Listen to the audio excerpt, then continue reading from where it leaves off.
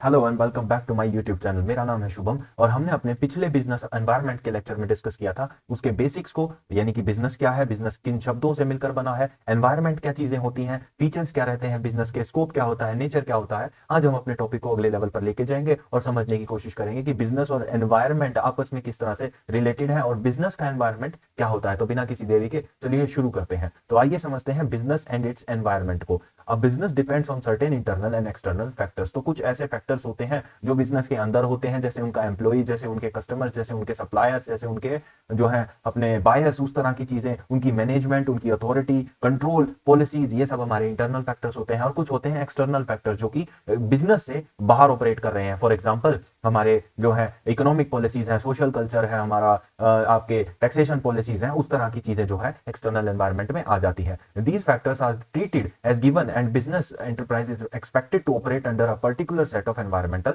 System. तो कहने का मतलब है ये फैक्टर जो है ये प्रोवाइडेड होते हैं, इन्हीं फैक्टर्स के दायरे में रहकर एक बिजनेस को जो है उम्मीद की जाती है वो अपने ऑपरेशंस करेगा और उस एनवायरनमेंट से ही जो है कोरस्पॉन्डिंग उस एनवायरनमेंट के पैरेलल ही चल के ही मैक्सिमम एफिशिएंसी और प्रोडक्शन जो है गेन करेगा। These factors are generally uncontrollable and beyond the control of business enterprises। तो ये फैक्टर जो होते हैं ये ज्यादातर जो है अनकंट्रोलेबल होते हैं। इन फैक्टर्स को बिजनेस जो है अपने से कंट्रोल नहीं कर सकता। But progress, success and survival largely depend upon their capacity and ability to adapt successfully to environmental changes available in surroundings of a business. तो कंपनी की जो प्रोग्रेस है, कंपनी की जो ग्रोथ है और उसका सर्वाइवल है और उसका जो प्रॉफिट अर्निंग है वो किस पे डिपेंड करता है, वो कितनी जल्दी अपने एनवायरमेंट से अडेप्ट कर पाता है, वो कितनी जल्दी उसका एनवायरमेंट चेंज हो रहा है उसके हिसाब से खुद को जो है अपग्रेड कर पाता है। इसका एग्जांपल लेंगे तो हम नोकिया का एग्जांपल लेंगे, हम ब्लैकबेरी का एग्जांपल लेंगे। तो वो कंपनीज जो थी उनका एक बहुत सिग्निफिकेंट मार्केट शेयर हुआ करता था 2013-14 तक की बात करें तो, जब नोकिया के लूमिया फोन्स आए थे जिनके अंदर माइक्रोसॉफ्ट विंडोज थी, बहुत अच्छे फोन्स थे। But at the same time जो एंड्रॉइड स्पेस थी, यानी कि जो एंड्रॉइड सिस्टम था और आईओएस सिस्टम था, वो इतना रैपिडली ग्रो कर रहा था और माइक्रोसॉफ्ट और क्या नाम है नोकिया एंड ब्लैकबेरी दोनों ने उस एंड्रॉइड सिस्टम को अपने आप से अडेप्ट नहीं किया। उन्होंने वो फोन्स जो है अपनी एटीट्यूड, अपने ईगो, अपने प्राइड में वही निकालते रहे जो अब लोगों को जो है पसंद आने बंद हो गए थे। तो धीरे धीरे करके आप देखेंगे दोनों ब्लैकबेरी और नोकिया मार्केट से लगभग जो है गायब हो चुकी हैं। क्यों? क्योंकि उन्होंने अडेप्ट नहीं किया। तो अडेप्ट करना जो है कंपनी के ग्रोथ, सर्वाइवल और प्रॉफिटेबिलिटी के लिए बहुत जरूरी एक फंक्शन बन जाता है। In its operational behavior, an organization interacts with various forces in its environment. It may be in terms of receiving inputs, returning outputs, and using feedback to modify inputs and transformation process। तो अलग अलग तरह के forces होते हैं, अलग अलग तरह के फैक्टर्स होते हैं जो कंपनी के या ऑर्गेनाइजेशन के जो ऑपरेशंस हैं, वर्किंग एनवायरनमेंट है, उसको जो है चेंज करते हैं, उसको जो है इन्फ्लुएंस करते हैं। Moreover, the organization does not operate in a vacuum but must interact with its environment in order to function. तो एक ऑर्गेनाइजेशन जो है वो आइसोलेशन में काम नहीं कर सकती, उसको जो है एक एनवायरनमेंट चाहिए, उसको एक कंपटीशन चाहिए, उसको हर तरह का जो है इंटरेक्शन की जरूरत पड़ती है, यानी कि जो है ट्रांसफर, किस तरह का एक्सचेंज, जैसे आइडियाज का, गुड्स एंड सर्विसेज का। एक कंपनी है जो आइसोलेशन में है तो उसका फायदा क्या है, उसका पता ही नहीं है हमको कि कोई कंपनी ऐसी एग्जिस्ट करती है। जब तक वो सराउंडिंग्स के साथ घुलेगी मिलेगी नहीं, जब तक वो सोसाइटल नहीं बनेगी, तब तक उसका फायदा किसी को नहीं मिलेगा और उसको किसी से कोई फायदा नहीं मिलेगा। However, a level of interaction may differ from organization and the impact can vary over time। तो level of interaction जो है वो organization to organization भी डिपेंड करती है। अब देखिए जैसे कुछ organizations हैं, अगर उनका जो पर्पस है वो बिजनेस टू बिजनेस ऑपरेशंस करना है, तो एंड कंज्यूमर से अगर आप पूछेंगे कि भाई कोई ऐसी कंपनी है, जैसे कॉर्निंग गोरिल्ला ग्लास एक कंपनी है जो मोबाइल के जो है आपके ये फ्रंट के ग्लास बनाती है। अब कोई नॉर्मल आदमी से आप जाके पूछेंगे तो भाई कि भाई कॉर्निंग गोरिल्ला ग्लास एक कंपनी है, उसके बारे में मुझे बताओ, वो नहीं बता पाएगा क्योंकि वो कंपनी है उसका एक ऑपरेशन जो है वो बिजनेस टू बिजनेस एनवायरनमेंट में आइसोलेटेड है, कंज्यूमर लेवल पर वो चीजें सप्लाई नहीं करती है। But at the same time अगर मैं आपसे पूछूं भाई एप्पल या सैमसंग के बारे में बता दे, फटाक से कोई भी जो है जवाब दे पाता है, क्योंकि वो कंपनी जो है वो बहुत बड़े स्केल पर जो है इंटरेक्ट करती हैं, वो कंज्यूमर से भी इंटरेक्ट करती हैं, वो कमर्शियल अप्लायंसेस भी बनाती हैं, उस तरह की सारी चीजें वो करती हैं, छोटे से लेकर बड़ी बड़ी तक। सैमसंग तो है मिलिट्री इक्विपमेंट्स भी बनाकर आपको देता है, तो वो चीजें हैं वो की जाती हैं। दे रिसीव इनपुट्स, तो इनपुट्स जो मिल रही हैं, यानी कि the manufacturer receives raw material, a stock broker receive the latest financial information and the local authority receives data on housing needs. उसके बाद दे ट्रांसफॉर्म इनपुट्स, यानी कि जो उनको इन्फॉर्मेशन मिली है, जो उनको रॉ मटेरियल मिला है, जो उनको चीजें मिली हैं, उन चीजों को अब अपनी यूज के हिसाब से जो है मॉडिफाई किया जाता है, उनको चेंज किया जाता है। जैसे रॉ मटेरियल मिला, यानी कि गन्ना मिला, शुगर केन मिला एक फैक्ट्री को, तो उस शुगर केन को जो है वो चीनी में बदला जाएगा। तो वो ट्रांसफॉर्मेशन ऑफ इनपुट यानी कन्वर्जन उसको बोलते हैं, वो की जाती है। उसके बाद दे प्रोड्यूस आउटपुट। तो उन इंफॉर्मेशन से जो हमें मिली, उन रॉ मटेरियल से जो हमें मिला, हमने वो चीज अपनी प्रोसेसिंग में डाली, प्रोसेसिंग से हमको क्या मिल गया, फाइनल प्रोडक्ट मिल गया जो हम जाके कंज्यूमर्स को बेचाएंगे। वही चीज यहाँ पर बताई गई है। डेफिनेशन ऑफ बिजनेस एनवायरनमेंट, कि बिजनेस एनवायरनमेंट का जो है क्या मतलब है, क्या डेफिनेशन है, आइए वो एक बार देख लेते हैं। Business environment refers to all those external factors such as economic, social, political, regulatory, technological, natural and competitive factor which affect the business. तो लगभग सारे फैक्टर्स जो है यहाँ पर बता दिए गए हैं। इकोनॉमिक फैक्टर यानी कि जो इकोनॉमी में हरकतें चल रही हैं वो सब, सोशल फैक्टर यानी जो सोसाइटी में आपकी हरकतें चल रही हैं, रिलीजियन को लेकर कभी कभार दंगे हो जाते हैं, कभी कुछ और कास्ट सिस्टम को लेकर चीजें हो जाती हैं, प्रोटेस्ट हो जाते हैं, वो सब अपनी सोशल चीजें आती हैं। पॉलिटिकल चेंजेस कितने आ रहे हैं, कौन पार्टी कितनी बिजनेस फ्रेंडली है, कौन सी पार्टी कितनी जो है कंज्यूमर फ्रेंडली है, ये चीजें डिपेंड करती हैं। रेगुलेटरी बॉडीज आपकी जैसे आरबीआई होगी, इंश्योरेंस रेगुलेटरी बॉडी होगी, सेबी हो गया आपकी, इस तरह की रेगुलेटरी बॉडीज की जो पॉलिसीज हैं वो कैसी हैं मार्केट को लेकर। फिर टेक्नोलॉजिकल चेंज, कितना ज्यादा टेक्नोलॉजी रैपिडली ग्रो कर रही है। अब 2020 तक जो है कभी सोचा नहीं था टीचिंग ऑनलाइन करेंगे इंडिया में, लेकिन अब देखिए एकदम से कितना जो है रैपिड चेंज आया है कि अब जो है बच्चे भी हैं और जो स्टूडेंट्स भी हैं और टीचर्स हैं, दोनों जो है पुश कर रहे हैं इस चीज को कि नहीं भाई, कॉस्ट रिडक्शन जो है फिजिकल स्ट्रक्चर से वो कम की जाए और ऑनलाइन एजुकेशन को जो है वो पास किया जाए। तो वो चीजें जो है इस तरह की जा रही हैं। फिर नेचुरल एंड कम्पिटिटिव फैक्टर्स आ जाते हैं, जैसे आपके कुछ नेचुरल चीजें हैं, नेचुरल लिमिटेशंस हो सकती हैं, आपको लाइसेंसेस लेने पड़ते हैं नेचुरल रिसोर्सेज को इस्तेमाल करने के लिए। फिर कम्पिटिटिव फैक्टर्स आ जाते हैं कि कितना कंपटीशन है मार्केट में आपके फील्ड से रिलेटेड। वो सारी चीजें आपके बिजनेस को डेली बेसिस पर लगातार कॉन्स्टेंटली जो है अफेक्ट करती रहती हैं। Professor Keith Davis defines business environment as an aggregate of all condition, event and influence that surround and affect it। फिर से वही बात कि एक एग्रीगेट है सारी कंडीशंस का, एक सम टोटल है सारी कंडीशंस का जो आपके बिजनेस को लगातार इंफ्लुएंस करती हैं।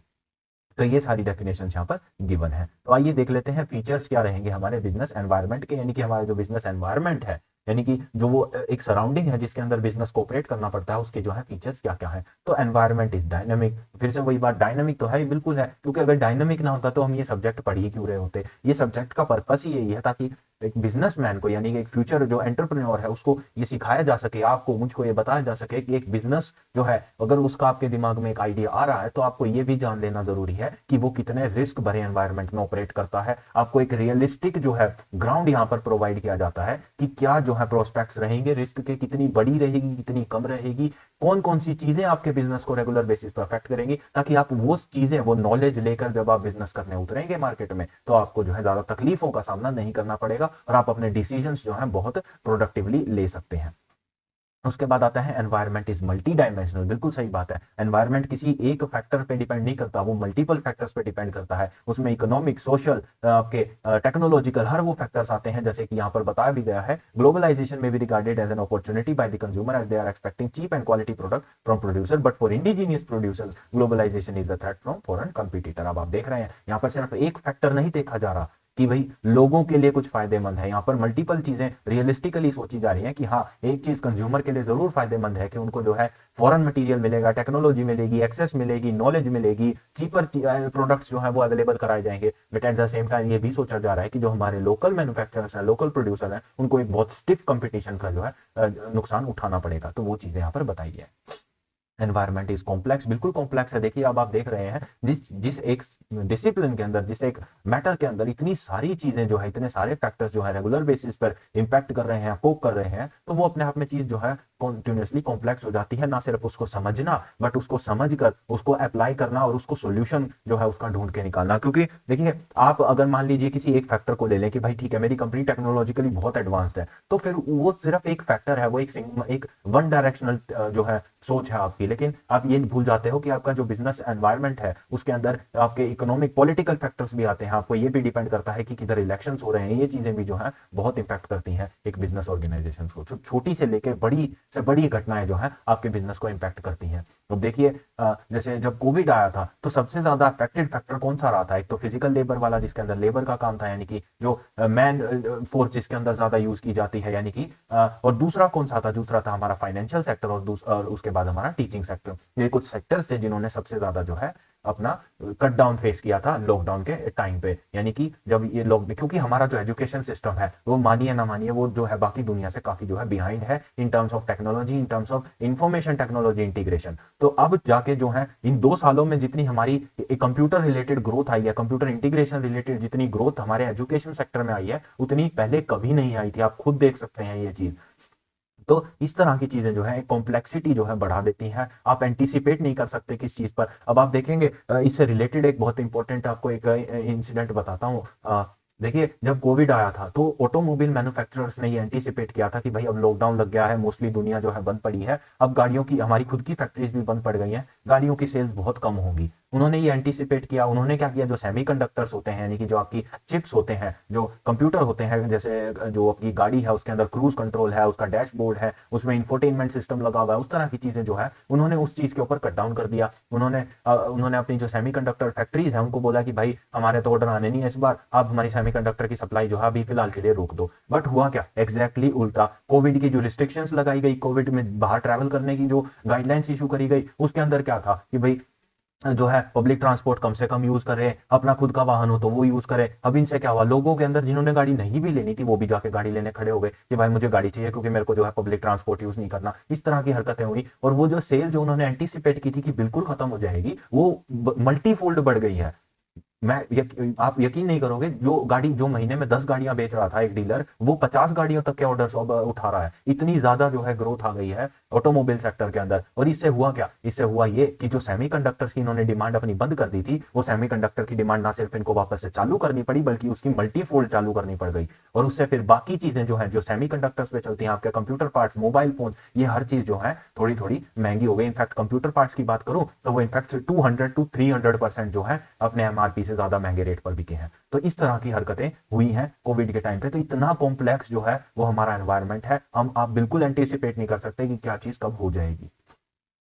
उसके बाद आते हैं एनवायरनमेंट अफेक्ट्स ऑर्गेनाइजेशन। वो तो हम जब से पढ़ ही रहे हैं कि एनवायरनमेंट का जो है वो डायरेक्टली इनडायरेक्टली दोनों ही इंपैक्ट अपने ऑर्गेनाइजेशन पे आता है, उसकी डिसीजन मेकिंग पे आता है। मैनेजर्स किस हिसाब के डिसीजन लेते हैं वो अपने एनवायरनमेंट को एनालाइज करके ही लेते हैं। उसके बाद आते हैं स्कोप ऑफ बिजनेस एनवायरनमेंट की, बिजनेस एनवायरनमेंट का स्कोप क्या है। अब देखो हमने ये देख लिया कि जो एक बिजनेस है वो चाहे कोई भी बिजनेस हो, कोई भी टेक्नोलॉजी इंडस्ट्री हो, चाहे फूड इंडस्ट्री हो, चाहे टेक्सटाइल इंडस्ट्री हो, चाहे फाइनेंशियल सेक्टर हो, कुछ भी हो, वो एक गिवन एनवायरनमेंट के अंदर ही ऑपरेट करता है, वो एनवायरनमेंट उसको कॉन्स्टेंटली अफेक्ट करता है। तो अब हमें ये आइडिया तो हो गया कि जो है एनवायरनमेंट बिजनेस से बड़ी चीज है। अब हमें ये देखना है कितनी बड़ी है, तो उसका स्कोप डिसाइड करते हैं हम इस वाले टॉपिक में। Organizational environment deals with different forces which have a direct bearing on performance of organization। बिल्कुल सही बात है, डायरेक्ट इनडायरेक्ट दोनों ही इंपैक्ट पड़ते हैं। In this process we generally include specific environment and general environment, controllable and uncontrollable, micro and macro. तो ये कुछ स्पेसिफिकेशंस, कुछ क्लासिफिकेशंस करके दी हुई हैं कि स्पेसिफिक एनवायरनमेंट है या जनरल एनवायरनमेंट है, मतलब स्पेसिफिकली कि उसी इंडस्ट्री के को अफेक्ट करने के लिए वो एनवायरनमेंट है, या जनरल है मतलब सारी इंडस्ट्रीज उसके अंदर कलेक्टिवली अफेक्ट की जाती हैं। कंट्रोलेबल है, कौन सा एनवायरनमेंट कितना कंट्रोल किया जा सकता है, आप कुछ हद तक जो है अपने एम्प्लॉइज को, अपने लेबर को, यानी कि जो इंटरनल एनवायरनमेंट है उसको कंट्रोल कर सकते हो। But external environment totally out of control होते हैं। उस तरह से फिर माइक्रो और मैक्रो एनवायरनमेंट होता है, यानी माइक्रो एक इंडिविजुअल फर्म का एनवायरनमेंट हो गया, उसके इंटरनली कैसे चल रहा है, उससे उसके बिल्कुल प्रोक्सिमिटी में, यानी कि उससे बिल्कुल रिलेटेड जो इंटरेस्टेड पार्टीज हैं उसके अंदर, वो उस एनवायरनमेंट का पार्ट बनती है। फिर आता है मैक्रो एनवायरनमेंट जो कि उसके थोड़े बड़े सर्कल में कवर करते हैं। तो वो चीजें यहाँ पर प्रोवाइड है। द ऑर्गेनाइजेशन एनवायरनमेंट हेल्प्स और affect the management to achieve its organisational objective. The organisation environment consist of all factor that influence the organisation. तो ये चीजें यहाँ पर दी हुई हैं। Internal environment factors are those factors which are within an organization and impart strength or cause weakness in management process. यानी कि internal environment वो एनवायरनमेंट होता है जो बिजनेस के खुद के इंटरनली एग्जिस्ट करता है। उसकी एम्प्लॉई वर्कफोर्स कैसी है, उसके लेबर्स कितने स्किल्ड हैं, उसकी मशीनरी कितनी एफिशिएंट है, उसकी मैनेजमेंट कितनी प्रोडक्टिव है, कितने अच्छे डिसीजंस ले सकती है, उस तरह की चीजें जो है इंटरनल एनवायरनमेंट का पार्ट बनती है। एक्सटर्नल एनवायरनमेंट क्या होता है, सारे जो बाह्य फैक्टर होते हैं जो एक कॉर्पोरेशन से बाहर होते हैं, जिसके अंदर आपका सोशल भी आ जाता है, पॉलिटिकल भी आ जाता है, इकोनॉमिकल भी आ जाता है, टेक्नोलॉजिकल भी आ जाता है, उस तरह के सारे फैक्टर्स जो है एक्सटर्नल फैक्टर में आते हैं। तो ये चीजें यहाँ पर गिवन है। Specific environment is the part of environment that is directly relevant to the achievement. तो मैंने आपको बताया ना, स्पेसिफिकली किसी इंडस्ट्री, किसी ऑर्गेनाइजेशन के लिए ही अगर वो एनवायरनमेंट हुआ है क्रिएट, तो वो डायरेक्टली उससे इन्फ्लुएंस होगा। और जनरल एनवायरनमेंट यानी कि जो सारी को ही इनकलकेट कर लेता है, यानी जनरली जब बात करते हैं, तो ये सारी चीजें यहाँ पर प्रोवाइड की गई है। Micro environment is concern with immediate environment of business organisation. तो सिमिलर टू इंटरनल एनवायरनमेंट कि एक पर्टिकुलर ऑर्गेनाइजेशन का एनवायरनमेंट, उसकी इकोनॉमिक डिसीजंस, उसकी मैनेजमेंट कितनी स्ट्रॉन्ग है, उसमें कैश कितना है, उसके एम्प्लॉइज कितने अच्छे हैं, उसकी मशीनरी कितनी एफिशिएंट है, वो सारी चीजें माइक्रो एनवायरनमेंट में आ जाती हैं। और micro environment similar to external environment, वो चीजें यहाँ पर गिवन है। आइए माइक्रो एनवायरनमेंट को डिटेल में थोड़ा पढ़ते हैं। Micro environment comprises those factors which are available in the immediate environment of business organization and affects its performance. Actually, it affects ability to organization to serve its customer. तो देखते हैं इसके अंदर कंपोनेंट्स कौन कौन से हैं। तो सबसे पहले हमारा माइक्रो एनवायरनमेंट कौन सा है, कस्टमर बेस, यानी कि हमसे जो, देखिए माइक्रो का मतलब क्या है, जो हमसे डायरेक्टली कनेक्टेड है। और किसी भी ऑर्गेनाइजेशन से डायरेक्टली कौन कनेक्टेड होता है, उसके कस्टमर्स, क्योंकि कस्टमर्स कौन होते हैं, उनका जो गुड्स एंड सर्विसेज यूज कर रहे हैं, तो वो चीज आ जाती है। उसके बाद आते हैं सप्लायर, जो रॉ मटेरियल सप्लाई कर रहे हैं। कस्टमर हमारे एंड यूजर्स हो गए, सप्लायर्स हमारे प्राइमरी जो है इनपुट जो हमें देते हैं रॉ मटेरियल्स, वो सब हो गए। उसके बाद कॉम्पिटिटर्स आ जाते हैं कि हमारे बिल्कुल साथ वाली फर्म जो है वो क्या कर रही है, हमारे सेम फील्ड में बाकी के जो है प्रोफेशनल्स हैं, सर्विसेज दे रहे हैं या गुड्स हैं, तो सेम चीज कौन कौन चीजें कर रहा है, तो वो कंपटीशन आ जाता है। तो टू पॉसिबिलिटीज हैं इस कंटेक्स्ट में, it must gain additional customer either by garnering a greater market share or by finding ways to increase size of the market itself. Number 2, यानी कि नंबर 1 का क्या मतलब है कि या तो वो एडिशनल कस्टमर जो है गेन करे, और वो कैसे करेगा कि भाई मार्केट के अंदर अपना शेयर बढ़ा दे या मार्केट को ही एक्सपेंड कर दे।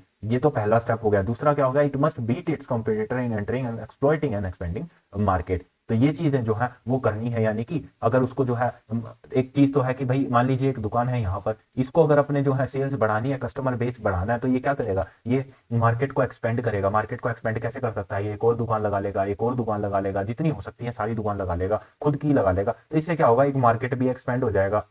मार्केट में कहाँ एक दुकान थी, अब कहाँ 4 दुकानें हैं। और दूसरी चीज क्या होगी, इससे क्या होगा, कोई लोग जो हैं, वो कोई नया बिजनेसमैन जो है वो सिमिलर फील्ड में एंटर करने से यूं डरेगा कि भाई ये तो एक मार्केट है और इसके अंदर 4 दुकानें एक ही आदमी की है, मैं क्या कॉम्पीट करूंगा उससे। तो वही चीजें जो है यहाँ पर करती हैं। तो 2 ही चीज यहाँ पर बताई गई हैं कि कंपटीशन को किस तरह जो है कंट्रोल या कर्व किया जा सकता है। उसके बाद आते हैं गवर्नमेंट। गवर्नमेंट भी बिल्कुल ठीक है, वो डायरेक्टली आपको taxation policies, economic policies, budgetary decisions, आपको अगर किसी चीज की फाइनेंशियल हेल्प चाहिए तो वो चीजें दे सकता है। तो उस तरह की चीजें यहाँ पर की जाएंगी। उसके बाद आते हैं मार्केट इंटरमीडिएरीज पे, यानी कि जो मार्केट, हमारा जो प्रोडक्ट है वो रिटेलर्स तक और रिटेलर से आगे कंज्यूमर्स तक पहुंचाने के बीच के जो लिंक्स हैं। जैसे फॉर एग्जांपल मैं इंटरमीडिएट्स की बात करूं तो क्या होते हैं, जैसे एजेंट्स जिनको बोलते हैं, जो एक होलसेलर से रिटेलर के पास जाते हैं और उनको बोलते हैं कि भाई देख ये होलसेलर है, इसके पास ये सामान है, इतने डिस्काउंट पर आपको दे सकता है। फिर रिटेलर एग्री कर लेगा कि हाँ भाई ठीक है, हमने ये एजेंट के साथ जो है अपना टाई अप कर लिया है, ये एजेंट उस होलसेलर का हमें सामान पकड़ाया करेगा और ये हम एंड कंज्यूमर्स को बेच देंगे। तो इस तरह से जो है एजेंसी फंक्शन जो है वो मार्केटिंग इंटरमीडिएट्स में, तो ये माइक्रो एनवायरनमेंट ही चल रहा है आपका, क्योंकि ये डायरेक्टली जो है एक ऑर्गेनाइजेशन से कनेक्टेड है सारी चीजें। उसके बाद आते हैं स्पेशल इंटरेस्ट ग्रुप्स, यानी कि जो आपका आपके ऑर्गेनाइजेशन के काम करने में, कार्य प्रणाली में स्पेशली इंटरेस्टेड होते हैं, वो खुद इन्फ्लुएंस होते हैं और वो चाहते हैं आप सोसाइटी को एक पर्टिकुलर वे में, एक स्पेसिफिक डायरेक्शन में जो है इंपैक्ट करें। तो वही चीज यहाँ पर बताई गई है। They are non government organization and consist of individual और organization who voluntarily work together to influence other organization. तो आप देख रहे हैं जैसे इन इंडियन कंसेप्ट, शेतकरी संगठन इन महाराष्ट्र, स्वदेशी जागरण मंच, चिपको मूवमेंट, और ये है environmental protection group, Anna Hazare, जन लोकपाल मूवमेंट। इस तरह की जो चीजें हैं वो आपकी ऑर्गेनाइजेशंस को काम करने पर इंपैक्ट करती हैं। उसके बाद लेबर यूनियंस आ गए आपके ऑर्गेनाइजेशंस के अंदर। लेबर यूनियंस जो है, ट्रेड यूनियंस जो है, वो आपके काम करने को जो है इंपैक्ट करते हैं। अगर आपके लेबर यूनियंस जो है आपकी मैनेजमेंट से खुश हैं तो वो अच्छे से काम करेंगे, एफिशिएंटली काम करेंगे, उसके अंदर खुद में मोटिवेशन जो है वो रहेगी। अगर आपकी लेबर यूनियन जो है या ट्रेड यूनियन जिनको बोले, तो वो अगर आपके मैनेजमेंट के किसी डिसीजन से, कोई इंसेंटिव से या किसी उस तरह के काम, वर्किंग आवर्स से, कुछ भी इस तरह से खुश नहीं है, तो वो प्रोटेस्ट पे बैठ जाएंगे, तो आपकी कंपनी का जो प्रोडक्शन लाइन है वो बंद हो सकती है। तो वो चीजें जो है यहाँ पर बात करी गई है। उसके बाद आपका मीडिया आ गया। मीडिया का तो क्या ही बोले, मीडिया तो आप उनको अपनी एडवर्टीजमेंट के लिए यूज कर सकते हैं, मैं इतना ही बोलूंगा बस। उसके बाद आते हैं मैक्रो एनवायरनमेंट। मैक्रो एनवायरनमेंट का क्या मतलब है कि जो आपकी ऑर्गेनाइजेशन से डायरेक्टली रिलेटेड नहीं है, बट आपकी ऑर्गेनाइजेशन से बाहर एग्जिस्ट करते हैं, लेकिन आपकी ऑर्गेनाइजेशन को डायरेक्टली इंपैक्ट करते हैं, वो एनवायरनमेंट, यानी कि आपकी ऑर्गेनाइजेशन का बाहर का एनवायरनमेंट, जो आपकी ऑर्गेनाइजेशन से बड़ा है, जो आपकी ऑर्गेनाइजेशन से ऊपर है, वो एनवायरनमेंट यहाँ पर बात की जाएगी। तो इसके अंदर कौन कौन से आएंगे, पॉलिटिको लीगल एनवायरनमेंट, यानी कि पॉलिटिकल और लीगल एनवायरनमेंट, आपका लीगल स्टैट्यूट कैसा है, सुप्रीम कोर्ट के जजमेंट जो है, और आपकी पॉलिटिकल पार्टीज कितनी बिजनेस फ्रेंडली है, कंज्यूमर फ्रेंडली है, उस तरह की सारी चीजें यहाँ पर बात की गई है। अब जैसे बीजेपी की बात करूं तो वो पिछले कुछ टाइम से काफी बिजनेस फ्रेंडली जो है नेचर की साबित हो रही हैं। और सिमिलरली अगर मैं कांग्रेस की उससे पहले बात करूं तो वो एक जनरल सा कंसेंसस बना के रखती थी, उनको ना कोई खास बिजनेस से मतलब था, ना कोई जनता से मतलब था, वो न्यूट्रल से रहते थे उस चीजों में। तो वो चीजें यहाँ पर की गई हैं। पॉलिटिकल फिलोसफी आती है, पॉलिटिकल पार्टीज जिस तरह से हैं उसमें भी डिपेंड करता है। आपका जो इकोनॉमिक एनवायरनमेंट है वो भी इस पे डिपेंड करता है, क्योंकि देखिए जैसे यूएसए है वो एक कैपिटलिस्टिक मार्केट है, यानी कि वहां पर जो है मार्केट को कंट्रोल करती है ऑर्गेनाइजेशन। इंडिया एक मिक्स्ड इकोनॉमी है, यानी कि मार्केट को जो है प्राइवेट और जो है गवर्नमेंट दोनों ऑर्गेनाइजेशन मिलकर जो है कंट्रोल करती हैं। सिमिलरली चाइना है वो एक सोशलिस्ट इकोनॉमी है। तो उस तरह की चीजें जो है यहाँ पर की जाती हैं। तो ये सारी है। उसके बाद पॉलिटिकल कंडीशंस आ जाती हैं कि पॉलिटिकल कंडीशंस कितनी है हमारे देश में पिछले कुछ सालों से, एक दो सालों से, 2019 2018 2017 या डीमोनेटाइजेशन शायद जब से आया था तब से इतनी इंस्टेबिलिटी का माहौल बना हुआ है। कभी कुछ हो जाता है, कभी कोई प्रोटेस्ट हो रहे हैं, कभी कहीं पे टेररिस्ट अटैक्स बड़े लेवल पर किए जा रहे हैं। तो उस तरह की इंस्टेबिलिटी जो है बहुत ज्यादा बनी हुई है। कभी ये लॉकडाउन लगाकर इतना बड़ा जो है रिस्क लिया था मोदी जी ने, तो उनका क्या ही बता सकते हैं, अब उनका कुछ करा भी नहीं जा सकता। क्वालिटी ऑफ लीडरशिप, हाँ बिल्कुल है, हमारे लीडर्स कितने स्ट्रांग है ये बहुत डिपेंड करता है। क्योंकि देखिए कहीं ना कहीं अब मैं कहना नहीं चाहता बट वही बात है, किसी पॉलिटिकल जो है लीडर को अपना पप्पू का नाम दे दिया जाता है, किसी को अपना चाय वाला, किसी को चौकीदार चोर है बोल दिया जाता है, किसी को गुंडा बोला जाता है। तो वो क्यों बोला जाता है? वो इसलिए बोला जाता है क्योंकि उनकी लीडरशिप में कहीं ना कहीं लूप होल्स हैं, वो अपने कार्य जो है वो अच्छे से नहीं निभा पा रहे हैं। उनको जिस काम के लिए उनको वहां बिठाया है एज ए नेशन रिप्रेजेंटेटिव, वो बिल्कुल भी अच्छे तरीके से नहीं कर रहे हैं। वो अपनी पब्लिक इमेज बिल्डिंग पर लगे हुए हैं, कोई किसी को बोलना नहीं आता और कुछ बोल रहा है तो वो गलत बोल देता है। तो इस तरह की हरकतें जो है बहुत कंसिस्टेंटली जो है पॉलिटिकल लीडर्स के अंदर ये रहती है। तो उस तरह की चीजें हैं। वो डिटरमाइनिंग एरियाज की भाई एरिया किस तरह डिटरमाइन करना है इकोनॉमिक एक्टिविटीज को, क्योंकि देखिए आप कोई भी ऑर्गेनाइजेशन स्टार्ट करते हैं तो उसके लिए एरिया डिसाइड करना भी बहुत जरूरी है। क्योंकि आप देखिए अगर आप एक मैन्युफैक्चरिंग एक्टिविटी कर रहे हैं तो आप देखेंगे कि वहां पर नेचुरल रिसोर्सेज जो आपकी मैन्युफैक्चरिंग एक्टिविटी में सबसे ज्यादा इस्तेमाल किया जाने वाला है वो अबंडेंस में हो एटलीस्ट। और अगर मान लीजिए आप कोई भी काम कर रहे हैं, जैसे मैं फोटो स्टेट की अगर दुकान खोलना चाहता हूं तो मैं ये देखूंगा कि वो किसी कॉलेज या किसी यूनिवर्सिटी या किसी एजुकेशनल इंस्टीट्यूट के आसपास रहे, क्योंकि वहीं मेरी सबसे ज्यादा प्रोडक्टिविटी प्रॉफिटेबिलिटी निकल सकती है। तो एरिया देखना बहुत जरूरी हो जाता है ऐसे सिचुएशन में।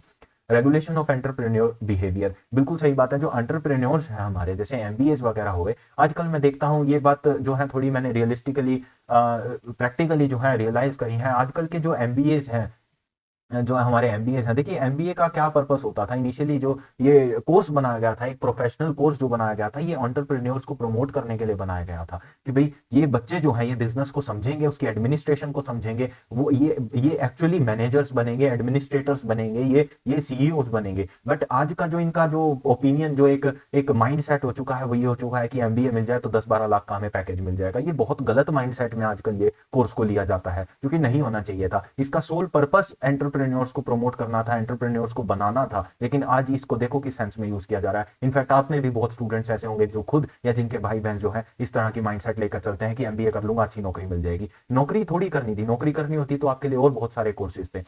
एडमिनिस्ट्रेटर्स बनना था, एंटरप्रेन्योरशिप करनी थी, उस चीज के लिए जो है एमबीए का कोर्स बनाया गया था, स्पेसिफिकली डिजाइन किया गया था। वही सब्जेक्ट्स इसके अंदर दिए गए थे जो आपको एक बिजनेस रन करने के लिए, उसको एस्टैब्लिश करने में, उसको सक्सेसफुली रन करने के लिए आपको प्रमोट कर सके, आपको पुश दे सके। बट एनी हाउ चीजें जो है थोड़ी बदल गई हैं वक्त के साथ साथ, तो वो चीजें यहाँ पर की जाती हैं।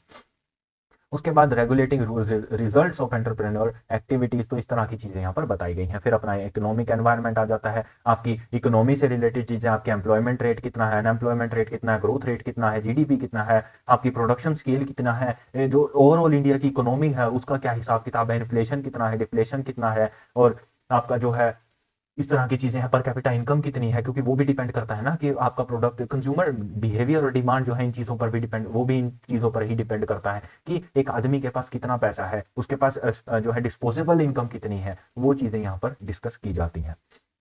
उसके बाद ये जनरल इकोनॉमिक कंडीशंस की भाई जनरली कैसा है, level of agricultural and industrial production, export import, price level, employment, ये जो है हमारे जनरल इंडिकेटर्स हैं। उसके बाद आते हैं इकोनॉमिक रिसोर्सेज कितना है, यानी कि फंड्स अवेलेबिलिटी कितनी है, लेबर कितनी मिल जाएगी, फाइनेंस कितना मिल जाएगा, कैपिटल एसेट्स हमें लेने हैं। अब जैसे कुछ मशीनरीज ऐसी हैं, मैं बताऊंगा आपको। हमारा इंडिया में ना एक ये था, प्रधानमंत्री गंगा क्लीनिंग प्रोजेक्ट करके कुछ था, जो गंगा की सफाई करने के लिए बनाया गया था, क्योंकि गंगा बहुत पोल्यूटेड हो गई थी, तो उसकी जो पोल्यूशन है उसको कंट्रोल करने के लिए ये प्रोजेक्ट बनाया था। ये प्रोजेक्ट जिस कंपनी को मिला कॉन्ट्रैक्ट तो मिल गया, लेकिन उन कंपनी के पास जो है गंगा क्लीनिंग के जो प्रोजेक्ट के इक्विपमेंट्स होने चाहिए थे वो नहीं थे, जिस पॉइंट पे उनको ये नमामि गंगे करके प्रोजेक्ट का नाम था, तो वो इक्विपमेंट नहीं थे। अब इन्होंने क्या किया, इन्होंने वो इक्विपमेंट तो लाने थे, कॉन्ट्रैक्ट लिया है, तो इन्होंने जो है एक जो है जापानीज कंपनी थी उसके साथ टाई अप किया, उनके पास इक्विपमेंट्स थे और उन्होंने वो इक्विपमेंट्स इनको जो है लीज पर दिए कि हाँ ठीक है आप यूज करिए ऑन रेंट, और ये है हमारा पूरा कॉन्ट्रैक्ट बन गया। वो इक्विपमेंट्स वहां से ट्रेवल करके इंडिया में आए। तो ऐसी बहुत सारे रिसोर्सेज हैं कैपिटल एसेट्स के मामले में जो हमारे इंडिया में अभी तक अवेलेबल नहीं हुए हैं, जो हमें फॉरेन से जो है मंगाने पड़ते हैं लीज पे। तो इस तरह की चीजें हैं, लेकिन मोस्टली ऐसा नहीं होता, ये कुछ स्पेसिफिक प्रोजेक्ट्स ही हैं जिनके अंदर होती हैं ये चीजें। तो बोरिंग जैसे है, बोरिंग यानी कि आपको टनल बनानी है, आप देखेंगे एक बहुत बड़ी जो है गोल गोल सी मशीन होती है, बोरिंग बोलते हैं उसको, वो आपकी जो है टनल को ऐसे ऐसे बनाती जाती है। तो वो चीजें मेट्रो लाइन के लिए टनल्स बनाते हैं, अंडरग्राउंड टनल्स बनाते हैं, रेलवे लाइन के लिए टनल बनाते हैं, तो वो सारी चीजें जो है बोरिंग मशीन से की जाती है। तो वो सारी चीजें यहाँ पर बताई जाती हैं कि इकोनॉमिक रिसोर्सेज कितनी एबंडेंस में अवेलेबल है या भी नहीं है, या जिस मार्केट में मैं चाह रहा हूँ वहां कितने हैं, वो सारी चीजें यहाँ पर बताई जाएंगी। इकोनॉमिक पॉलिसीज, बिल्कुल हमारी इकोनॉमिक पॉलिसीज कैसी है, हमारी गवर्नमेंट जो है किस तरह की इकोनॉमिक पॉलिसीज लेकर आती है। जैसे एलपीजी पॉलिसीज थी वो कितनी प्रॉफिटेबल रही कंज्यूमर्स के लिए, लेकिन एट द सेम टाइम जो हमारे लोकल मैन्युफैक्चरर्स थे उनके लिए थोड़ी प्रॉब्लमेटिक हो गई। हाँ, एट द टाइम प्रॉब्लमेटिक थी, over a period of time में लोगों ने अडेप्ट कर लिया, लेकिन एलपीजी पॉलिसीज कुछ ऐसी पॉलिसीज थी जो आप बहुत जल्दी अडेप्ट कर सकते थे। क्यों? क्योंकि वो क्या ला रहे थे, वो सिर्फ अपने साथ जो है फॉरेन मार्केट नहीं लेकर आ रहे थे, वो फॉरेन मार्केट की नॉलेज भी लेकर आ रहे थे, वो टेक्नोलॉजी भी वहां पर लेकर आ रहे थे। जब कंप्यूटर आया इंडिया के अंदर तो वो कहाँ से आया, वो थ्रू लिबरलाइजेशन के थ्रू आया, प्राइवेटाइजेशन के थ्रू आया, ग्लोबलाइजेशन के थ्रू आया। तो ये यही चीजें जो है आपको बाहर की फॉरेन की जो एडवांस टेक्नोलॉजी है उनसे मुहैया कराती हैं। तो उस तरह की पॉलिसीज जो है वो बहुत फेयर होनी चाहिए। तो देखिए लिबरलाइजेशन, प्राइवेटाइजेशन एंड ग्लोबलाइजेशन, तो इस तरह की इकोनॉमिक पॉलिसीज बहुत अच्छी रहती हैं। उसके बाद इकोनॉमिक फोर्सेज आ जाते हैं अपने, जैसे अभी फिलहाल जो है वो कोरोना के टाइम में हमारी इकोनॉमी की जो है हालत थोड़ी वो इस तरह से जो है इस तरह चल रही है, तो जो है अभी थोड़ा डाउन फेस चल रहा है, मार्केट जो है वो अभी फिलहाल डाउन चल रहा है। तो इस तरह की जो है फोर्सेज जो है जो इकोनॉमी को डिफाइन करती हैं वो हमारी इस वक्त थोड़ी कमजोर चल रही हैं। इकोनॉमिक सपोर्ट सिस्टम, जो हमारे सपोर्ट सिस्टम है जैसे रिसर्च एंड डेवलपमेंट हो गया, अपना मिलिट्री डिफेंस रिसर्च हो गया, उस तरह की चीजें जो है वो सपोर्ट सिस्टम होती हैं, तो वहां पर जो है पैसा इन्वेस्ट करना चाहिए। उसके बाद आते हैं टेक्नोलॉजिकल एनवायरनमेंट, ये तो आप अच्छे से समझ सकते हैं टेक्नोलॉजी जो है वो कितनी इंप्रूव हो गई है हमारे पिछले 2 सालों के अंदर अंदर भी इंडिया के अंदर, जहाँ पर सोचा जाता था, जहाँ पर इनफैक्ट मैं खुद ये जो है विचार करता था कि कभी शायद ही हम जो है फॉरेन एजुकेशन के लेवल तक पहुंच पाएंगे। नहीं, वो सेंस नहीं है कि भाई हमारी एजुकेशन जो है उनसे बेकार है, जस्ट कि हमारी एजुकेशन का एक्सेस उनसे जो है थोड़ा कम है। वहां पर हर बच्चा जो है, क्योंकि वहां पर एजुकेशन जो है instead of books and paper वो पुश की जाती है आपके टेक्नोलॉजिकल डिवाइसेस के थ्रू, कंप्यूटर्स के थ्रू, तो वहां पर जो एक्सेस है वो बहुत ज्यादा बढ़ जाता है। और on the other hand India में चीजें आज भी कागज पेन के थ्रू की जा रही थी, तो थोड़ा मुश्किल हो गया था हमारे लिए एकदम कोविड का टाइम जो है थोड़ा गुजारना, लेकिन एट द सेम टाइम हमने बहुत जल्दी अडेप्ट कर लिया इन चीजों को लेकर, तो अच्छी बात है हमने जो, हाँ देखिए टीचिंग जो है, कहाँ पहले एक क्लासरूम में एक टीचर 30 बच्चों को पढ़ाता था, आज वही टीचर जो है ऑल ओवर इंडिया कितने ही इनडेफिनेट नंबर ऑफ स्टूडेंट्स को रीच कर सकता है। तो वो एक्सेस की बात अगर मैं करूं, यानी कि कितने स्टूडेंट्स के पास रीच है आपकी नॉलेज की, आपकी एक्सपीरियंस की, वो जो है टेक्नोलॉजी के थ्रू बढ़ जाता है। तो कन्वीनियंस जिसको मैं कह सकता हूँ वो यहाँ पर हो जाता है। पहले आपको ट्रांसपोर्ट एक्सपेंसेस करने पड़ते थे, बस में बैठ के जाओ, स्कूल उतरो, फिर उसके बाद अपनी क्लासेस अटेंड करो, फिर वापस आओ, तो उस तरह के खर्चे अब जो है बहुत जो है कम हो चुके हैं। Increased ability to master time and distance, फिर वही बात आ गई कि जो टाइम एंड डिस्टेंस है वो सबसे ज्यादा एक एडवांटेज रहता है, क्योंकि देखिए आज के टाइम में ना आज के जो हमारा इस वक्त माहौल चल रहा है, जो दुनिया है, वो उसके अंदर सबसे इंपॉर्टेंट चीज पैसा नहीं है, उसके अंदर सबसे इंपॉर्टेंट चीज है आपका टाइम। आप अपना टाइम जितना अच्छे से मैनेज कर पाएंगे उतना ही आप जो है अपनी ग्रोथ कर पाएंगे। मैं पैसे के टर्म्स में बात नहीं करूंगा, पैसा आता जाता रहता है, उसमें कोई बड़ी बात नहीं है, but the thing is time जो है once gone is always gone. तो टाइम अपना जो है उस हिसाब से मैनेज करना जरूर सीखे, और टेक्नोलॉजी भी हमारे को उस टाइम को मैनेज करने के लिए ही मदद करती है। देखिए आपके लेक्चर्स जो है आपके घर तक आपकी कन्वीनियंस के हिसाब से, आपके 24 घंटे का दिन होता है, आप कभी भी खोल के देखिए क्या फर्क पड़ता है, कोई मना नहीं कर रहा। एक बार पब्लिश हो गया, आप उसको चाहे 100 बार देख लीजिए दिन में, या आने वाले जितने मर्जी टाइम तक उसको देखिए, कोई फर्क नहीं पड़ता। लेकिन ऑन दी अदर हैंड जो आपका ये ट्रेडिशनल वे ऑफ टीचिंग है, जिसके अंदर आपको पहले आधा घंटा जाओ, स्कूल जाने में लगा तो आधा घंटा वहाँ वेस्ट होता है, फिर स्कूल में जाओ, फिर टीचर के आने का वेट करो, 5-10 मिनट उनका वेस्ट हो जाते हैं, टीचर पहले छोड़ के चला जाए 5 मिनट क्लास तो वो 5 मिनट चले जाते हैं, उसको अपना फॉर्म बिल्ड करने में और 5-10 मिनट लग जाते हैं टीचर को, और फिर जो एक बार पढ़ा दिया वहां पर वो दोबारा आप सुन नहीं सकते, ऑनलाइन में आप उसको कितनी बार ही सुन लीजिए। तो वही चीजें जो है एक बेनिफिट हो जाता है, आपका टाइम जो है सबसे इंपॉर्टेंट फैक्टर है आपके लिए, और आपका टाइम ही जो है टेक्नोलॉजी सबसे ज्यादा बचाता है। उसके बाद increase ability to generate, store, transport and distribute energy, बिल्कुल सही बात है। आपकी इलेक्ट्रिसिटी, न्यूक्लियर है आजकल की जो ये भी तो टेक्नोलॉजी है हमारी, कि हमारी जो इलेक्ट्रिसिटी है वो इतनी एफिशिएंट हो चुकी है, पहले दिन में 10 कट लगते थे, अब महीने में 1 कट नहीं लगता है। तो इस तरह की चीजें जो है हमको देखने को मिलती हैं। Increase ability to design new material and change the property of others so that they better serve needs of steel और सिंथेटिक फाइबर, इस तरह की सारी चीजें जो है। Mechanisation and automation of physical process, जो आपके फिजिकल प्रोसेसेस हुआ करते थे, कोई भी, चाहे वो गाड़ी बनाना हो, चाहे वो कंप्यूटर बनाना हो, चाहे वो बुक्स ऑफ अकाउंट्स मेंटेन करना हो, आजकल वो सब चीजें ऑटोमेट हो चुकी हैं। बेटर यूटिलाइजेशन ऑफ प्रोडक्टिव, बिल्कुल सही बात है, आपका टाइम एक प्रोडक्टिव रिसोर्स है, आप उसको बेटर यूटिलाइज कर पा रहे हैं। आप जो आधा घंटा जाने का, आधा घंटा आने का, वो जो है आप अपने यूनिवर्सिटी, कॉलेजेस में, स्कूल में वो बचा रहे हैं, तो आप उस आधे घंटे के अंदर मेडिटेट कर सकते हैं, आप उस आधे घंटे के अंदर कोई एडिशनल न्यूज़पेपर रीड कर सकते हैं, कुछ भी कर सकते हैं। वो दिन में 1 घंटा आपका बच रहा है, आप उस 1 घंटे से बहुत कुछ कर सकते हैं, आप आराम कर सकते हैं, नॉर्मली सी बात है, आप अपना आराम कीजिए, चाय पीजिए, फैमिली के साथ बात कीजिए, बहुत काम हो सकता है उस 1 घंटे के अंदर। जबकि अगर आप कहीं फिजिकली विजिट करेंगे तो ना सिर्फ आपका टाइम वेस्ट होगा, बल्कि आपका फ्यूल रिसोर्स भी जाएगा, पेट्रोल भी जाएगा, आपकी वियर एंड टीयर भी जो है बढ़ेगी आपके व्हीकल की। तो सारी चीजें जो है यहाँ पर फैक्टर इन की जाती है। पोल्यूशन भी बढ़ेगा, बिल्कुल सही बात है, एनवायरमेंटल यहाँ पर बात की गई है, एक्सप्लॉयटेशन ऑफ नेचुरल रिसोर्सेज, आप जाएंगे, आपकी गाड़ी चलाने से पोल्यूशन भी तो बढ़ता है, तो वो सारी चीजें जो है यहाँ पर बच जाती है। इंप्रूवमेंट ऑफ कॉम्पिटिटिव स्ट्रेंथ, बिल्कुल है, कॉम्पिटिटिव स्ट्रेंथ यहाँ पर बढ़ जाती है। लेटेस्ट टेक्नोलॉजी, देखिए कॉम्पिटिशन कैसे आता है, कॉम्पिटिशन आता है टाइम और टेक्नोलॉजी से, और वो आपके पास जितना ज्यादा होगा, मतलब आप जितना अच्छा मैनेज कर पाएंगे और जितनी अच्छी टेक्नोलॉजी के साथ उसको मैनेज कर पाएंगे, उतने ही आप अपने फील्ड के अंदर कॉम्पिटिटिव जो है बन पाएंगे। आपसे लोग सीखेंगे जो है, आपसे लोग जो है एकदम एनवी करेंगे कि भाई देखो वो ऐसे कर रहा है, मुझे भी वैसे ही कर लेना चाहिए। रिस्क एफिशिएंसी, बिल्कुल सही बात है, आपको रिस्क मैनेज करना जो है आ जाता है। Technological environment creates new production technique which are initially more risky one, but at later stage when market absorbs the product, create products will provide a stable market to the business environment. तो हाँ ठीक है, जब भी कोई नई technology market में आती है, देखिए अब मैं बहुत नॉर्मल सा एग्जांपल लूंगा, सैमसंग का जब नया नया फोल्ड फोन आया था, आपने देखा था उसको कितना क्रिटिसाइज किया था, क्योंकि सैमसंग ने बहुत बड़ी रिस्क ली थी। यार आजकल यही फोन जो है एफिशिएंट नहीं बन पाए हैं, इन्हीं पर जो है कांस्टेंट रिसर्च एंड डेवलपमेंट की जरूरत है, हर साल नए, क्योंकि अगर ये एफिशिएंट होते हैं तो हर साल नए मॉडल्स आने की, हर साल क्या, हर दूसरे महीने नए मॉडल्स आ जाते हैं, तो वो जरूरत नहीं पड़ती। बट चूंकि ये बहुत डायनेमिक एनवायरनमेंट है, और यहाँ इस डायनेमिक एनवायरनमेंट में जो ऑलरेडी अपने आप में रिस्क है, उसके अंदर भी अगर आप कोई नए रिस्क लेते हैं तो it is a very major जो है ड्रास्टिक चेंज जो है वो क्रिएट किया जा सकता है। बट सिंस आपका प्रोडक्ट अच्छा है, आपका प्रोडक्ट जो है बहुत जो है फिजिबल है, टेक्नोलॉजिकली बहुत एडवांस्ड है, और वो कन्वीनियंस एक्चुअली में प्रोवाइड कर रहा है जिसके लिए वो बनाया गया था, तो बहुत अच्छी बात है। अगर सैमसंग गैलेक्सी Z फोल्ड की बात करूंगा, क्योंकि वो फोन जो है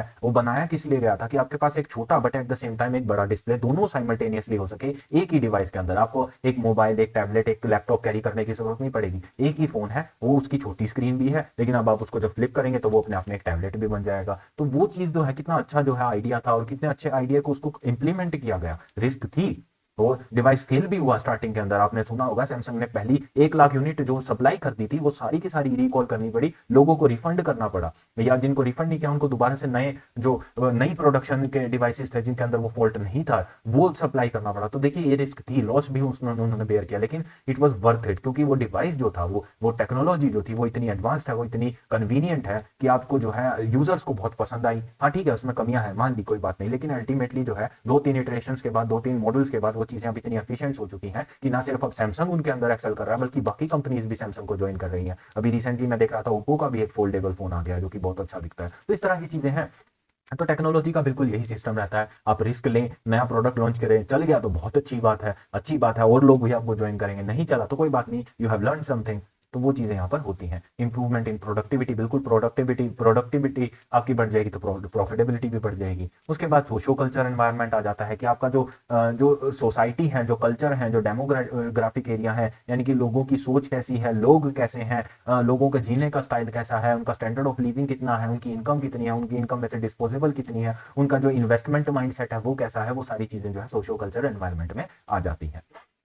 उसके बाद सोशल स्ट्रक्चर, बिल्कुल कि सोसाइटी का स्ट्रक्चर कैसा है। Marwaris and Gujaratis have proved that they can take more risk and ventures, बिल्कुल सही बात है। आपने बिजनेसमैन देखे होंगे, गुजराती भाई जो होते हैं, अपने मोटा भाई जिनको बोलते हैं, या मारवाड़ी जो होते हैं, वो बिजनेस रिस्क टेकर्स होते हैं। तो उस तरह की चीजें हैं। ब्राह्मण, क्षत्रिय, इस तरह से हमारी सोसाइटी जो है डिवाइड की गई थी। तो आप देखेंगे जो टीचर्स वर्ग हैं, जो जो क्या नाम है अपना, एजुकेटर्स हैं, वो इनिशियली जो है अपने ब्राह्मण जो समाज था उनको दिया गया। फिर अपने क्षत्रिय आते हैं, जो फौजी होते हैं या जो किसान लोग होते थे, वो जो है क्षत्रिय समाज के लोग होते थे। उसके बाद वैश्य यानी कि जो अपने ये ट्रेडर्स होते थे, जो कमर्शियल दुकानदार वगैरह होते थे, जो कमर्शियल ट्रेड करते थे, कॉमर्स करते थे, वो सब और शूद्र होते थे, जो सोसाइटी को साफ सुथरा रखने के अंदर सोसाइटी की मदद करते थे। तो उस तरह की चीजें हैं। ये अपने सोसाइटी को इनिशियल स्टेज में इस तरह से डिवाइड किया गया था। आज तो खैर डाइवर्सिटी हो गई है, हर फील्ड हर दूसरे जो है वर्ग के लिए खुला है। आप आइए, एक्सप्लोर कीजिए अपना, अपने जो है टैलेंट्स को वहां पर दिखाइए, कोई दिक्कत नहीं होती है।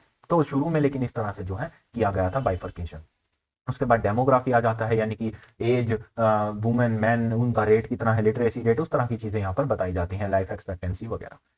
सोशल वैल्यूज, बिल्कुल सही बात है। सोशल वैल्यूज जो है वो बहुत मेजर रोल प्ले करती हैं, क्योंकि देखिए आप मेट्रोपॉलिटन शहर में जाएंगे, किसी में दिल्ली में, गुड़गांव में जाएंगे, और किसी एक फिर जो है एक छोटे शहर में आएंगे, रोहतक की बात करूं, तो वहां पर जो है एक बहुत ड्रास्टिक चेंज है लोगों की सोशल वैल्यूज और सोशल थिंकिंग में। लोग मेट्रोपॉलिटन सिटीज में ज्यादा डाइवर्सिफाइड सोच के हैं। वहां पर लोग चाहते हैं कि भाई वो थोड़ा है एनवायरमेंट को लेकर एक्सपोज रहे, एनवायरमेंट उनको लेकर एक्सपोज रहे, तो एक अच्छा खासा इंटरेक्शन वहां पर जो है वो माइंडसेट वहां पर रहता है। प्रोडक्ट्स फिर उस हिसाब से वहां पर सप्लाई किए जाते हैं। खैर अब तो हो चुकी हैं चीजें इंप्रूव बहुत पहले से, लेकिन फिर भी जो है डिस्टिंक्शन पॉइंट ऑफ जो है वो बहुत ज्यादा है। जैसे अगर मान लीजिए मैं बात करूं इंडिया और अमेरिका की, आप देखेंगे वो ना सिर्फ बोलने में बल्कि एक्चुअली वहां जाकर आप जब चीजें देखेंगे तो वो जो उनका काम करने का तरीका है, सोचने का तरीका, उनकी सोशल वैल्यूज, वो हमसे लिटरली 100-150 साल आगे हैं हमसे। तो उस तरह की चीजें यहाँ पर करने को देखने को मिलती हैं। फिर कल्चरल वैल्यूज, आपकी कल्चरल वैल्यूज कैसी हैं, जैसे हिंदू कल्चर है, मुस्लिम कल्चर है, ब्राह्मण कल्चर है, बुद्धिज्म है, इस तरह की चीजें जो है आपको अलग अलग जो है आपके बिहेवियर में, आपके थिंकिंग में, आपकी सोच में, परसेप्शन में, इस तरह की चीजें जो है बदलाव करती हैं। लेबर मोटिव्स, बिल्कुल सही बात है, लेबर्स के क्या मोटिव है, उस तरह की चीजें यहाँ पर की जाते हैं। कंज्यूमर्स का ओपिनियन क्या है। उसके बाद आते हैं इंटरनेशनल एनवायरनमेंट की, भाई बाहर कैसा एनवायरनमेंट है। जैसे ओमिक्रॉन, अपना कोरोना, ये सब क्या है, एक इंटरनेशनल एनवायरनमेंट का ही फैक्टर है जो कंट्रोल से बाहर है। तो वो चीजें यहाँ पर बताई गई हैं। अभी वो मैंने आपको कल एक एग्जांपल भी बताया था कि अमेरिका में 2018 में 8 में जब उनका एक बड़ा बैंक जो है वो बैंकरप्ट हो गया था, वहां पर एनपीएस जो है वो बहुत ज्यादा बढ़ गए थे। तो सिर्फ बात यहाँ पर अमेरिका के एक बैंक की हो रही है, लेकिन उसका इम्पैक्ट तो पूरे ऑल ओवर द वर्ल्ड देखने को मिला था। क्यों? क्योंकि ग्लोबलाइजेशन की वजह से वो बैंक सिर्फ अमेरिका का बैंक नहीं था, वहां पर देश दुनिया का जो है इंटरेस्ट वहां पर लगा हुआ था, पैसा लगा हुआ था, इन्वेस्टमेंट्स हुई भी थी। तो सारा दुनिया जो है वो एक ग्रेट डिप्रेशन के माहौल में चली गई थी। तो आप क्योंकि देखेंगे आप जो है मोस्ट कॉमनली यूज्ड करेंसी क्या है, एक बेंचमार्क करेंसी क्या है, वो है डॉलर। आप सिर्फ इंडिया की बात नहीं कर रहा मैं, बाकी आप दुनिया में जाएंगे तो एक कंपेयरिंग करेंसी, एक स्टैंडर्ड करेंसी, एक बेंचमार्किंग करेंसी जो है वो यूएस डॉलर को ही कंसिडर किया जाता है। तो आप देखेंगे क्योंकि एक ऐसी करेंसी आप जिसके साथ कंपेयर कर रहे हैं अपने नेशन को, जिसके हिसाब से आप अपने ग्रोथ कैलकुलेट कर रहे हैं, रेट्स फिक्स कर रहे हैं, वो करेंसी अगर अपने आप में डेप्रिशिएट हो जाती है तो आप देखिए वो उसके अंडरलाइन करेंसीज जो है, जैसे हमारा इंडियन रूपी हो गया, वो उन पे कितना बड़ा इंपैक्ट पड़ेगा। तो उस तरह से इंटरनेशनल एनवायरनमेंट भी आ जाता है। फिर इसके अंदर ग्लोबलाइजेशन आता है, access to reliable and cheaper resources आ जाता है, पॉसिबिलिटी ऑफ प्रॉफिटेबल इन्वेस्टमेंट, ये सारी चीजें जो है एमएनसीज के क्या क्या पॉइंट है वो आ जाती है हमारे इंटरनेशनल एनवायरनमेंट में। तो आज के लिए जो है हमने ये अपने एनवायरमेंट्स को डिस्कस कर लिया है, बिजनेस एंड इट्स एनवायरमेंट को अच्छे से मैंने आपको ये चीजें समझाने की कोशिश करी है। कुछ भी जो है इसके अंदर टेक्निकल नहीं है, आप बहुत रियलिस्टिकली इनको जो है अपने day to day life experience के साथ कनेक्ट करके समझने की कोशिश करें, आपको बहुत आसानी से ये चीजें समझ में आ जाएंगी। कुछ चीजें हैं जो बार बार रिपीट की जाती हैं, तो बहुत अच्छी बात है। एनवायरमेंट डायनामिक होता है, उसके अंदर टेक्नोलॉजिकल एडवांसमेंट हो जाती है, वो कॉम्प्लेक्स होता है। तो इस तरह की चीजें हैं जो बार बार रिपीट की गई हैं। आप इनको 2-3 बार रीड करेंगे, 2-3 बार क्या, 1-2 बार भी कर लेंगे अच्छे से एग्जाम से पहले, तो आपकी ये चीजें जो है बहुत क्लियर हो जाएंगी। ये क्वेश्चन आपके एग्जाम में एज इट इज पूछे भी जाते हैं। 16 नंबर का क्वेश्चन आ जाएगा, what do you understand by business and it's environment. तो आपको यही एग्जैक्ट चीजें जो है वो लिखनी पड़ेंगी, अपने रिफ्रेश कीजिए उसको अपने भाषाओं में। लेकिन ध्यान रखिए अपनी प्रेजेंटेशन जो है वो थोड़ी इसी फॉर्मेट में हो, आपके पॉइंट्स अच्छे से बने होने चाहिए, वो कहीं पे कटिंग वटिंग ना कीजिए, खुला खुला लिखिए। तो उस तरह से जो है आप अपना पेपर अच्छे से अटेम्प्ट कर सकते हैं, बट इससे अलग जो है आपके क्वेश्चंस नहीं आते हैं। तो यही है आज के लिए, इतना ही बहुत है। अगले वाले टॉपिक में हम और फैक्टर्स को जो है थोड़ा डिस्कस कर लेंगे। उसके बाद हम अपने vision and goals of business environment, यानी कि ये जो फर्स्ट यूनिट का हमारा जो चैप्टर है, ये और 1-2 लेक्चर में हम कवर कर लेंगे। उसके बाद हम अपनी यूनिट 2 पे मूव कर लेंगे। तो तब तक के लिए जो है अगर आपको मेरे लेक्चर्स पसंद आते हैं तो please like share and subscribe कीजिए, अपने दोस्तों में बता दीजिएगा। एग्जाम्स में उनकी तैयारी कराना ही मेरा जो है एक मेन पर्पस है। और अगर आपको कोई डाउट आता है, कोई किसी तरह का आपको क्वेरी है, किसी तरह का फीडबैक आपको देना है, तो नीचे कमेंट सेक्शन में जाकर आप उसको जरूर मेंशन कीजिए। मैं उसको जरूर रिजॉल्व करने की कोशिश करूंगा, आपकी हेल्प करने के लिए ही बैठा हूं। दूसरी चीज, अगर आपको नोट्स नहीं मिल रहे तो मेरी डिस्क्रिप्शन के अंदर मैंने अपने टेलीग्राम चैनल का भी जो लिंक है वो ऐड कर दिया गया है। दो लिंक्स हैं, एक एमडी यूनिवर्सिटी का लिंक है, दूसरा गूगल ड्राइव का लिंक है। अगर इन दो में भी नहीं मिलते तो अगर आप टेलीग्राम चैनल को जाएंगे तो वहां पर आपको सारे जो पीडीएफ हैं जो जिनसे मैं आपको कवर करवा रहा हूं वो वहां पर मिल जाएंगे। लेकिन प्लीज ये चीज जो है आप लेक्चर पूरा देख लेंगे तो आप अपनी तरफ से जो है खुद भी ये चीजें बनाकर लिख के आ पाएंगे। लेकिन लेक्चर पूरा देखिए कीजिए, तो उसी के लिए आप ही के लिए ये बनाए जाते हैं। तो अगर आप जो है इनको पूरा अच्छी तरह से जो है यूज करेंगे तो मुझे बहुत खुशी होगी। और अगले लेक्चर में मिलते हैं कंप्यूटर एप्लीकेशन में, तब तक के लिए धन्यवाद।